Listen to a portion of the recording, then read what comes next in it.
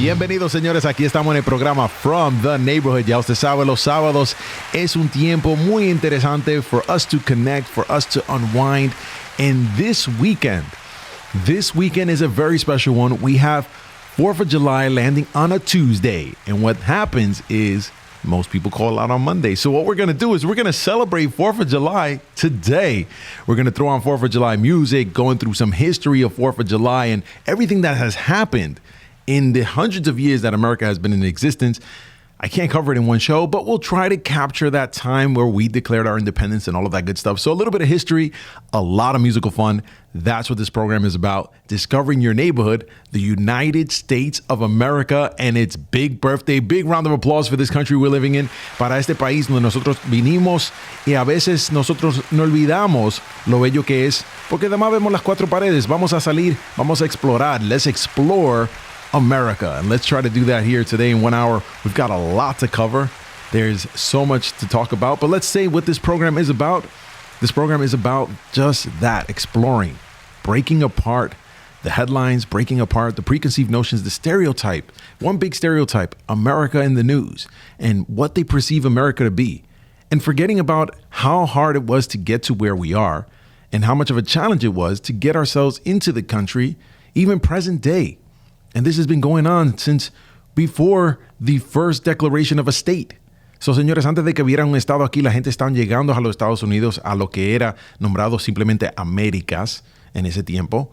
Y eso hay que recordarlo, porque en este programa eso es lo que se hace. We break apart these headlines. Nosotros llegamos a conectar las personas, and we connect people. And that's basically what we're doing. So on this program, you're going to learn a little bit about where you are right now. And if you guys want to tell me more about your personal story, then connect with me at From the Neighborhood, whether it's on Facebook, Instagram, or any of the other portals, or our website, fromtheneighborhood.com. Reach out to me. Guys, if you've got a story, this is how we're going to connect. And if you want to represent your neighborhood, we've got a cool new store, shop.fromtheneighborhood.com. Señores, listo, pueden ir, conseguir los poloches. I got the new one here. I'm demoing it right now. It just simply says From the Neighborhood, letting know that you are from just about any neighborhood, because people are going to ask you, hey, I like your shirt. Where are you from? And then you can represent your neighborhood. So we've got that happening at our store. Again, shop.fromtheneighborhood.com. And if you guys got a great story, you already know how to connect with me. Tell me about it. Let's have you here in the program talking to us about what's going on.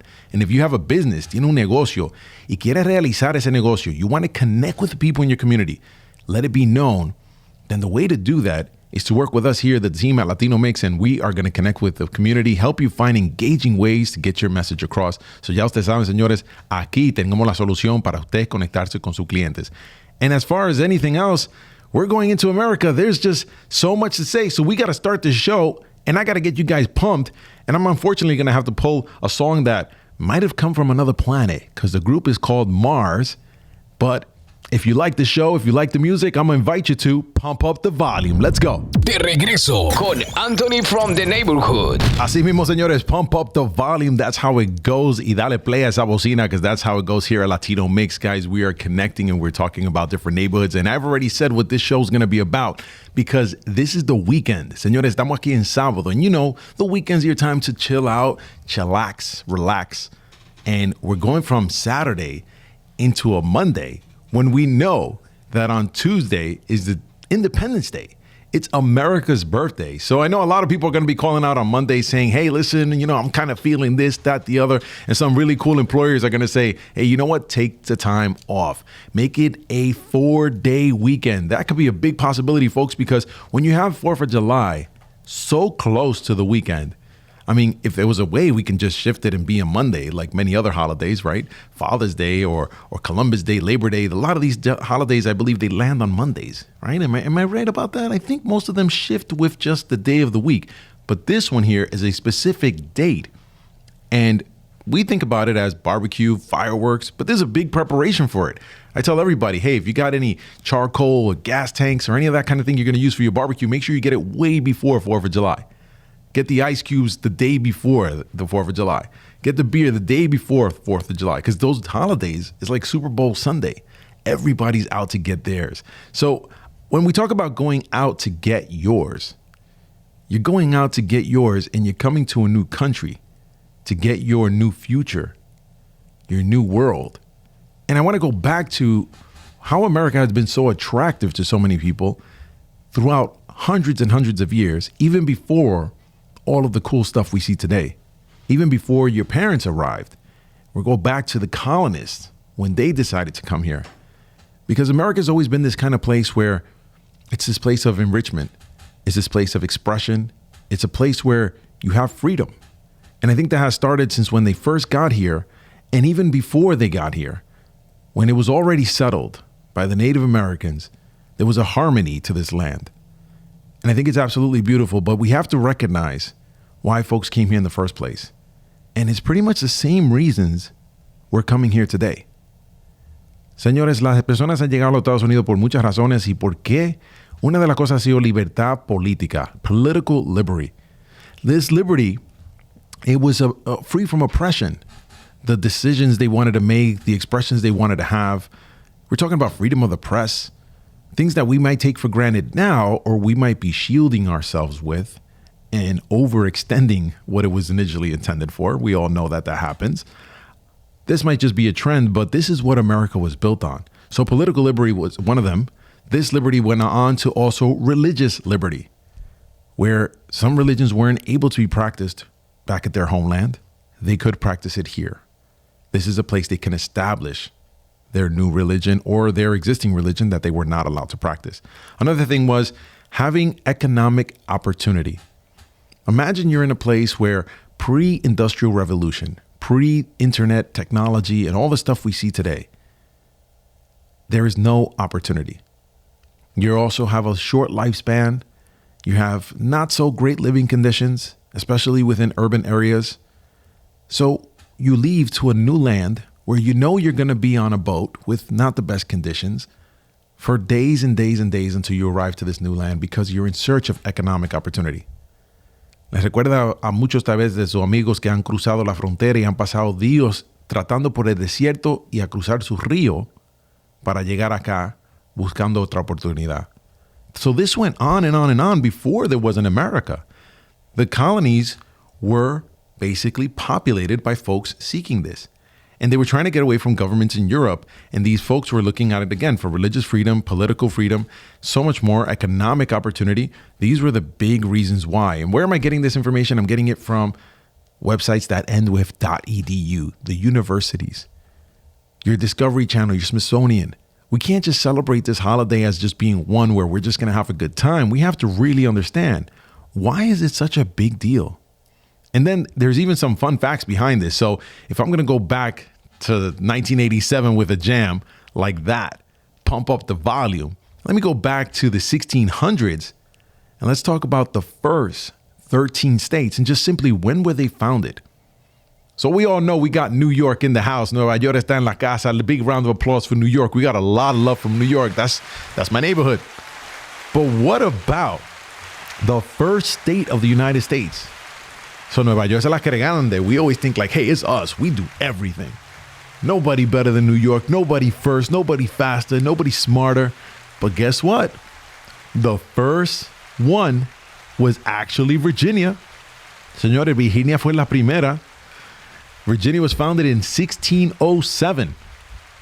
And we've got 13 of these. So let me just go down the list with the second one. And it's not New York. It's Massachusetts. 1620. We go to New Hampshire 3 years later. Maryland, about 11 years later, 1634. Connecticut, 1635. La persona de Connecticut, you're not too far from us, folks. So big round of applause to you guys. Ven, visítanos aquí en Nueva York. We love you guys driving the Metro North or the I-95. We're connected. Tri-state region. Rhode Island, 1636. El estado más pequeño de los Estados Unidos, Rhode Island. Si no lo han ido a ver, go check it out. It's the smallest state of the United States. Beautiful place. A todos los dominicanos de Providence, we already know there's a big Latino population in Rhode Island. Now, also Massachusetts, too. I can't forget that. Delaware. Delaware was founded in 1638. We still got a lot before New York. Vino el norte y el sur de Carolina. North and South Carolina came right after that.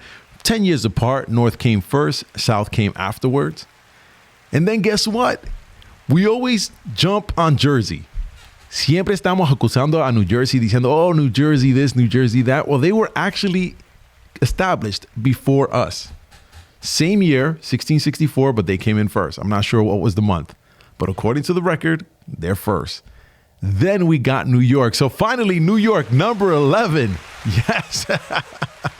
Number 11, we took the ranks here, and we were founded also 1664. After that, Pennsylvania. Big shout outs to PA. We already know we have a big population of my own people in PA. And then Georgia. So ahí están, señores, las 13 colonias, the first 13 colonies of the United States. And basically, these 13 colonies were established by the European powers. You're talking England, France, the Netherlands, which are the Dutch. And over time, they grew into their population. They were developed. They had their own role in the American Revolution. And we all know that time, 1776, was that big time. But what does that have to do with us? When we're listening to Latino Mixx and we're saying to ourselves, pero somos latinos. Nosotros estamos llegando ahora. Not true, folks. Not true. So when I refer to Hispanics, when I reference Hispanics, I don't say Spanish because you would be from Spain. I don't say Latin American because you would be from Latin America, which would be Central South America. But when I say Hispanic, it's anyone connected in Spanish language. So Spain or Latinos, right? Latin Americans. So if you're Puerto Rican, Dominican, Mexican, Hispanic. Hispanics have been here because the Spaniards were here. And you had many Hispanics who had already landed at the Caribbean. If you know, that's where Hispaniola, the first country or place where Christopher Columbus had landed, there was already Spaniards there and there was intermixing. So, of course, they played a very crucial role, even back to the formation of the United States. So, señores, a veces nosotros no sabemos la belleza que hemos puesto así, la belleza que hemos construido aquí en los Estados Unidos. We forget about it. We forget about how beautiful America is, the mixture. And we have to go back into the reference books and say, who were the Hispanics involved in the Revolutionary War? Who were the Hispanics that were part of this country when the first states were being founded in the 1600s? Before 1776, there were Hispanics here. With that, I like to say, America is a beautiful place. And I love to see the diversity. And I want to see more and more of this. And I'm going to have to go to a quick break, but I won't go that far back. I'll come up with a more recent song, but just to illustrate that it's beautiful here. It's a beautiful place. I love it. And I'm pretty sure that my boys Pharrell and Snoop Dogg feel the same way. So let me go to a quick break with Beautiful. Let's go. De regreso con Anthony from the Neighborhood. That's right, America is beautiful, señores. Los Estados Unidos es una belleza y hay que descubrirlo. Ya le acabé de decir 13 estados que pueden explorar, 13 states that you can go and discover, explore, and get to know, folks. And there's Latinos in all of the states. Tal vez la población sea que sí, como en Washington Heights o en algunas áreas de Brooklyn, de donde yo soy, que se encuentra un latino en cada esquina, but you will find them. We're throughout the entire country, and we've been here throughout its entire history. Hemos estado aquí por toda la historia de los Estados Unidos porque llegamos aquí, sea como españoles o hemos llegado así como de otro país, tal vez del África. Nosotros lo tenemos entre nosotros. We are connected because it's inside of us.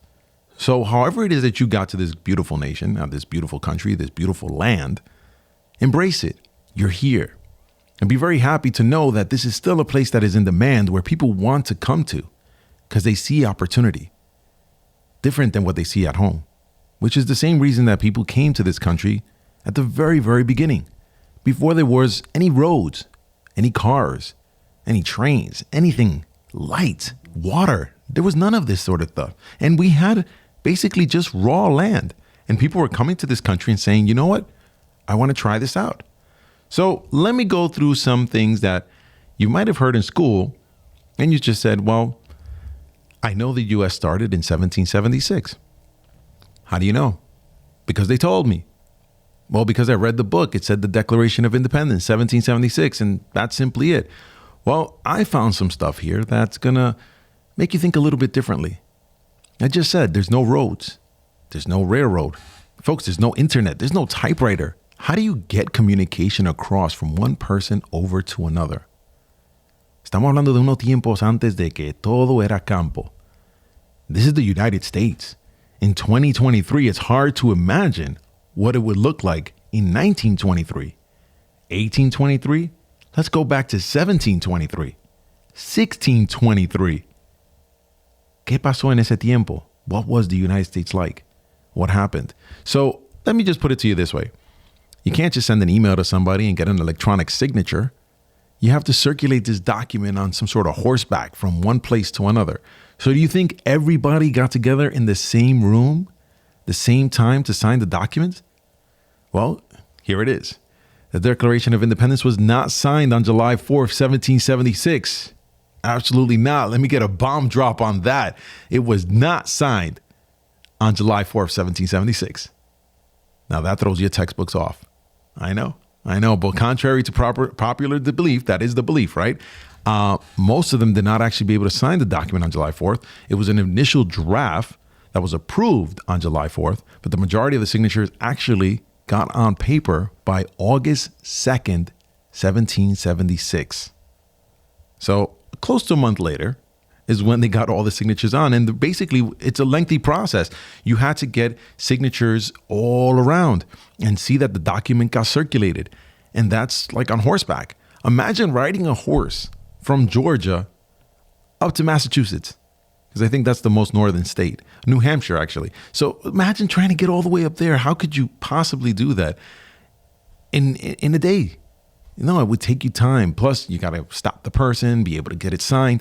And this is being done undercover of British troops, British rule. So you can't just simply get it signed in front or in public. As a matter of fact, when you talk about the Declaration, it took some time before it could get approved. And like I said, so there was rumors of what they were going to do before they actually put it on paper. Because once it's on paper, you can't just say, well, I want this edited, go back and change it. It's not as easy as it would be today. And apparently the original document was lost. Apparently what they have is a fair copy or some sort of copy from the founding fathers. And they did something where they attached it. So apparently there's a, not original, but it was attached to it because it's something called as an engrossed copy. Not really sure about that, but it's curious to know that there'd be so many changes. There'd be so many things that had happened in that time because we don't have the technology we have today. The technology is a big deal. How far we've come and how quickly we take for granted how easy it is to get things done is something we should never forget because it was a struggle back then. And you might say, well, my gosh, it's so difficult to mail something and wait 2 or 3 days. Am I ever going to get it back? Well, you know what? Imagine waiting months and knowing that if that was intercepted, there'd be a big problem. Now, I just played the song Beautiful, and I just want to illustrate the beautiful country. But this is a country made up of not only so many races and ethnicities, but it's also made up of beautiful women. Women played a vital role in America's Revolution. I'm just going to read off a couple of them here. And they basically were part of organizing whatever it is that was, clothes, medicine, and so forth to support the troops. And that's when they were in battle. But if you fast forward, you had Phyllis Wheatley, an African-American woman who wrote a poem for George Washington. And that's a poem at that time was a motivator. It's like the music that I play today. And I want to fast forward to somebody here from New York who outperformed Paul Revere. If you guys know of any history, Paul Revere was the one who rode around the horses, was warning folks of the British troops. The British are coming. The British are coming. This person here, Sybil Ludington. She's the female equivalent of Paul Revere, though she rode twice as far as Paul Revere, and it was during a rainstorm in April 1777. She rode from Putnam through Dutchess counties, where she rose the local militia to fight the British force that attacked nearby in Danbury, Connecticut.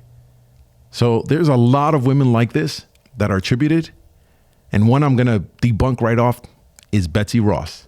Everybody hears about it and says she was the one that established the flag. She created the first flag. Apparently, that's not true.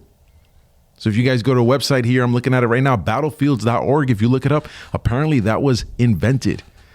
So how did the flag come to life? To me, it's still a mystery.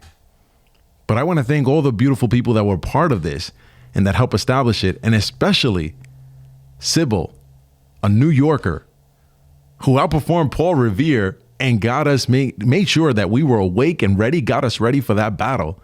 I want to thank her because it's only New Yorkers who make it happen. I have to give a love to New Yorkers, a special one, because it's always this city who pulls out some special people, and somehow we make it to the history books. And I don't know if we've got a connection to a pen and paper back then, but I'm glad to see a New Yorker was in here. And I'm glad to know that the summer is starting in New York, that we're starting the summer, and we're going to start the summer off smarter about this holiday than we've probably ever been in the past. And it's not going to be un verano en Nueva York para el gozo, los helados, la barbacoa.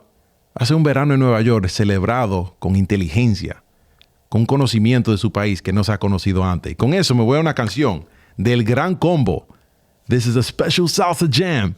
It's Un Verano en Nueva York, One Summer in New York. Let's go. De regreso con Anthony from the Neighborhood. Así mismo, El Gran Combo, guys. You know that's the salsa band that rules the airwaves. I love those guys.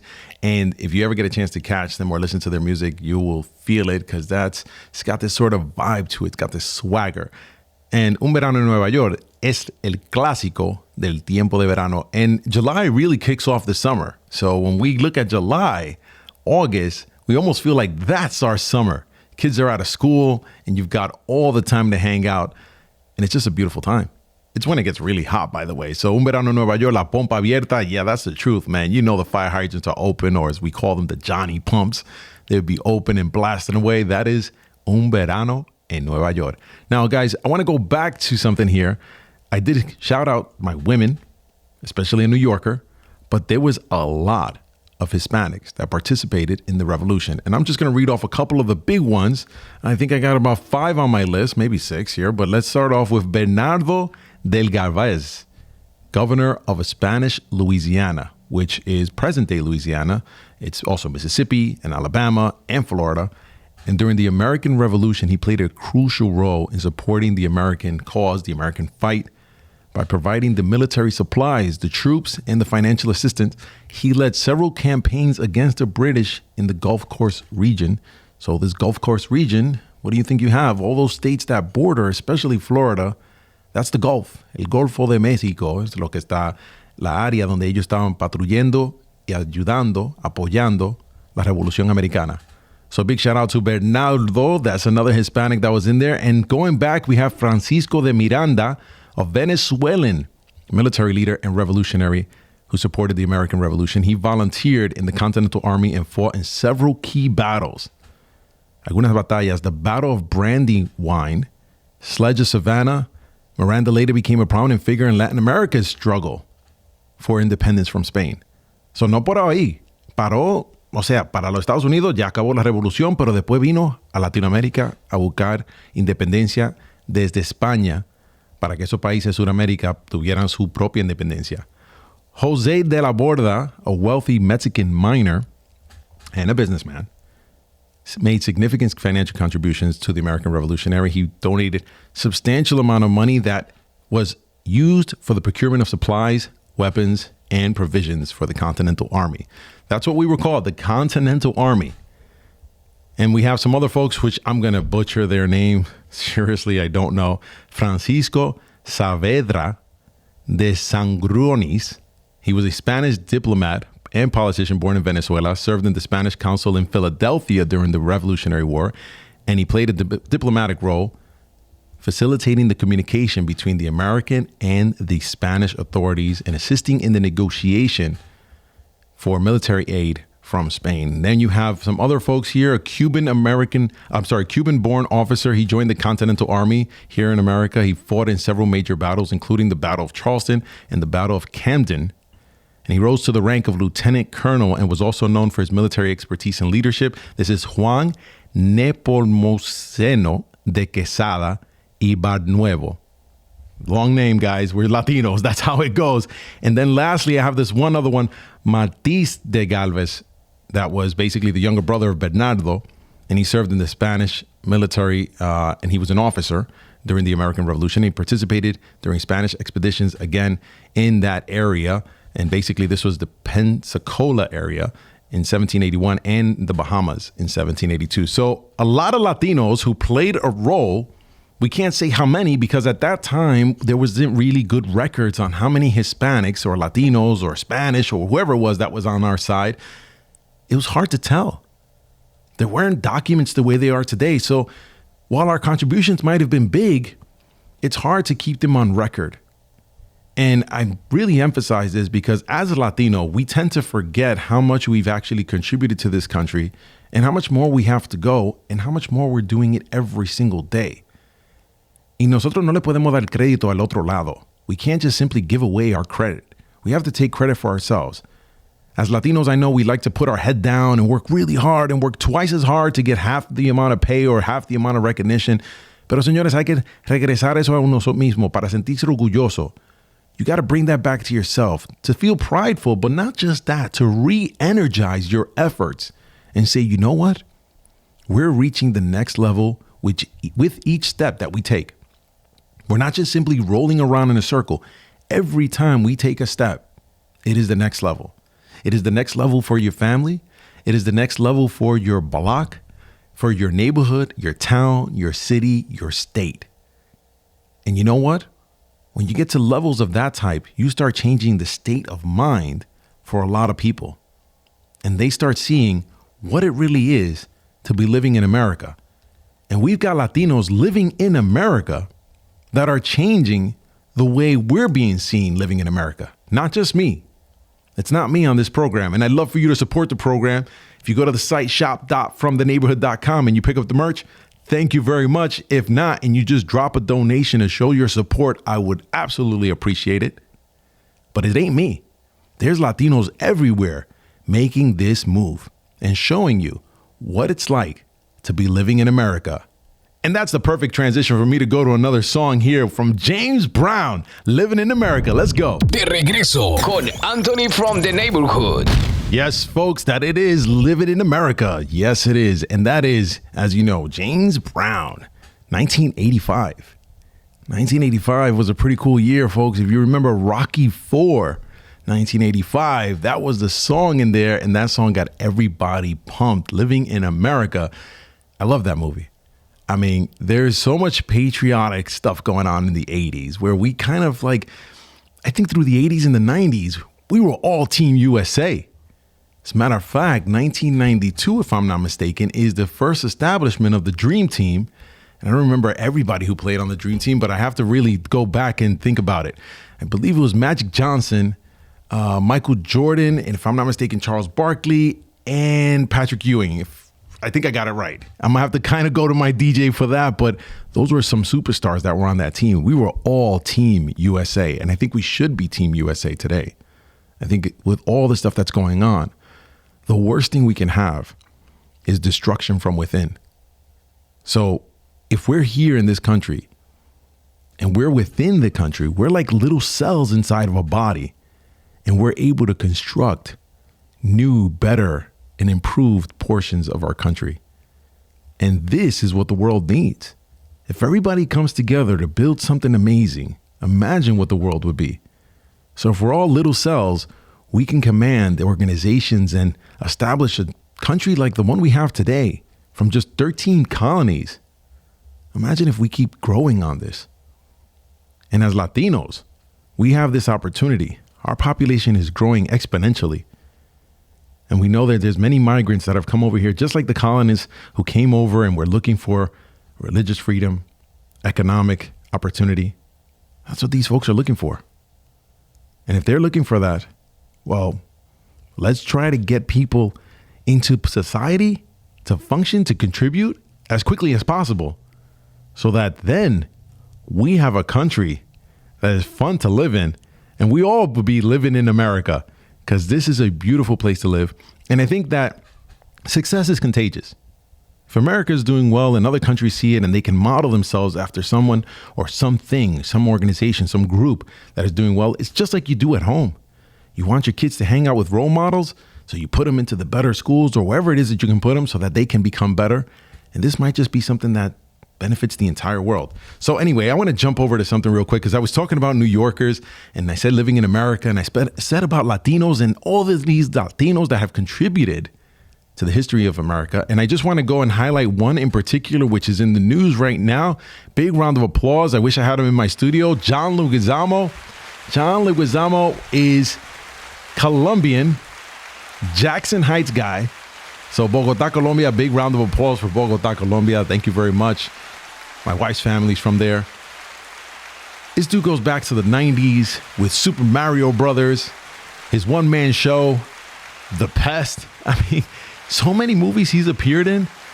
If you remember, he played in the role with Al Pacino, Carlitos Way, Benny Blanco. You already know you've seen John Leguizamo on a lot of different productions. And he's doing one now, which I'm very, very proud of. First of all, let's go back. He did Latin History for Morons. Live show. Beautiful show. He's a New Yorker. He's still here in New York, in Manhattan. He's not in Jackson Heights. He's in Manhattan. He used to actually come to our grocery store. My dad's store was a place where he would come and pick up a quart of milk. Pretty much that's it. And ride his scooter and go right back to wherever he came from. But it was a thrill to have him there. And it's a thrill to know that he is actually doing what he's doing today. And he's coming up with basically a series, which is out right now. It's called Leguizamo Does America. Why is this important? New Yorker, Latino, and he's talking about his perspective on America, and he's very passionate about the Latin contribution. When I say the Latin contribution, I say everybody to the South. Remember my definitions from the beginning. Everyone to the South, Puerto Rico, Dominican Republic, Cuba, Mexico. It doesn't mean you have to speak Spanish. It could be a Brazilian, Trinidad, Tobago, Jamaica. It doesn't matter. It's Latin America. So everything to the South, he's talking about this and he's going through it. I mean, I want you guys to catch this because we have to support our Latinos who are out there doing it. So if you guys have Fubo TV, Peacock, Peacock Premium, or the regular, I think they show it on the regular as well. DirecTV, you can download it on Amazon Video. I think it's on everything. It goes through the NBC network. So check it out. If you've got your Roku, if you've got whatever device hooked up, maybe your Amazon Fire Stick, check it out because this is a person who's contributing to what is history in America. And we might have forgot, but history in America is an interesting place. It's not what they show you on TV. You know, una vida, especialmente aquí en Nueva York, right? Life in New York isn't the same. And we all know that our experiences are all going to be different, right? For whatever reason. But a lot of what we see when we're back home or what our family members tell us is like, hey, you have gold roads. Money's just flying at you. Opportunity is everywhere. But I think it's a little harder than that. And if we go back to quite a few years, couple decades, there's a very popular song that for us Latinos kind of set up the tone and painted the picture of what it was like when you got to New York. And this was a movie, a Dominican movie with Balbuena in it. And it was very funny, super cool that there was a Dominican movie, especially back in those times. But guys, our stuff is getting noticed now. We've got to put ourselves out there. And I want to take it back to Un Verano en Nueva York because we know summers in New York are not the same. I'm going to take it back to Un Día en Nueva York, a day in New York. This was a Dominican song, un merengue, Los Hermanos Rosario, and this was super popular. But listen to it if you guys understand Spanish so you guys can hear what's a day like in New York for somebody who just arrived and was faced with the reality of life in America, but even bigger, life in New York. Let's go with that. Hermanos Rosarios, Un Día en Nueva York. De regreso con Anthony from the neighborhood. Así es vivir en Nueva York, folks. That's life in New York, right? It's so different than what it is elsewhere. But we've talked so much about the history, the Hispanic contribution, the women, the amazing places and things that you can be doing here. We've brushed on it, but I haven't gone into it deeply. And I just want to go ahead and let you know there's 50 states in the United States of America. Only 48 of them are here on our country. And you might say, duh, I know that, Anthony. You know how many people don't know that? Go on Instagram right now, and there's a guy who goes around and asks questions that says, what's the capital of this or what state is named that? And people don't know. That's how disconnected we can be sometimes. And if I was just to give you 10 amazing things to see in the United States, it would be an extremely, extremely short list. But if you haven't seen these 10, and I know there's a few that I haven't seen, we got to get out there. We got to get out there and we've got to see them. Because America, it's beautiful. I said it in the beginning of the program how beautiful it is. Living in America the way life is. Un verano en Nueva York is unlike any other. Un día en Nueva York is unlike any other. So let me go through this list here of 10 places you should be checking out here in the United States. And number 1 I got on my list is the Grand Canyon. In Arizona, it's one of the most awe-inspiring views of a natural occurrence in the earth, an opening like you've never seen before, incredible hiking opportunities. So go check it out. Another one is Yellowstone National Park. You can get lost in this park. It covers 3 states, Wyoming, Montana, Idaho. It is known for its geothermal wonders, these giant geysers gushing up into the sky. Makes it feel like there's a ceiling because it creates this mist over you. Old Faithful kind of puts you into this bubble of water and this huge mist. It's much like going to Niagara Falls. If you haven't seen waterfalls, you got to go see Niagara Falls. I've been there. Breathtaking. Whether you want to take it on the boat or you want to go ahead and walk alongside the cliff, it is beautiful. You must go check out Niagara Falls. And not for nothing, the New York side's pretty cool, but the Canadian side is even better. It's just the way it's set up. So very, very beautiful. Something you got to see. San Francisco, by the way, I know it gets knocked a lot lately, but it has wonders of its own. And one of them is the Golden Gate Bridge. It's an engineering marvel. This is an iconic landmark. And someone told me that it wasn't meant to be its color. First of all, it's not gold. It's more like a reddish. If you used to watch Full House with Bob Saget and all the other guys, Joey, right? Uncle Joey, that was always in the episodes. They were in San Francisco. But this is absolutely beautiful, wonderful views. And I heard that they basically just put primer on it. And that's what it is. It's paint primer on the metal. It's not purposely colored in any sort of way. That's just the way it is. It was intended to be another color, and well, they never got to it. So, and then there's the all famous Mickey Mouse, Walt Disney World. You know, not to plug him in for any other reason, but it is one of the most world-renowned theme parks. So big that Europe has one, and we have 2 of them. And there's all sorts of Disney activities going on there. So I'm not going to get into it, but you already know it's probably one of the most expensive ones that I've mentioned so far. So make sure to save up for it. But if you want something that's super educational, then I would go to the Smithsonian Institution, because whatever I said, you could fact check it there and tell me if I was right or wrong. But that's something I would definitely recommend. You would be going to the National Air and Space Museum, the National Museum of Natural History. So it's bigger than the New York's Museum of Natural History, much, much bigger. And you have the Museum of American History. So talk about cultural, historical, natural facts and wonders, you're going to find it there. If you want to go back to nature, get out of the buildings, well, then go to the Hawaiian volcanoes. That is something. We have fascinating volcanic landscapes there. I think one of them was active recently, so it was actually growing the island. So if you had a chance to go ahead and see something natural, then I would go there. And if you want to get a little bit of the fast-paced life, you know, there's always Times Square and all the stuff that happens here in New York. I cannot leave New York out.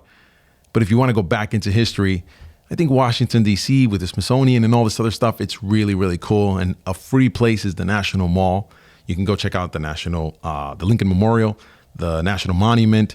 You have the large pond. I've been there in Washington, D.C. It's beautiful. You can stand outside the White House. And there's always tons of stuff you can tune into and check out.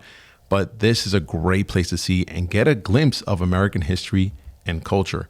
If you have time, you can make the reservation and actually get into the White House. I'm pretty sure those tours are still going on. I did it one time. Very fun. Really, really cool. And last but not least, I'm going to take it back to New York. Statue of Liberty. Something I haven't done. The Statue of Liberty, I have not gotten to myself. Something I've got to put. It's on my bucket list. It's New York's lady. It's New York's American woman. Es la mujer de los Estados Unidos. Statue of Liberty was what greeted so many immigrants that came over and came to the United States. The first thing they would see is the Statue of Liberty, America's woman. Folks, we've covered a lot of things in this program.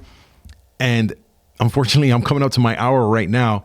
I really wish I can share you many more places, but I want you to get out there and explore the people around you, explore the places that you can go ahead and see and enjoy this beautiful country. And well, until next time, I'm going to be seeing you from the neighborhood.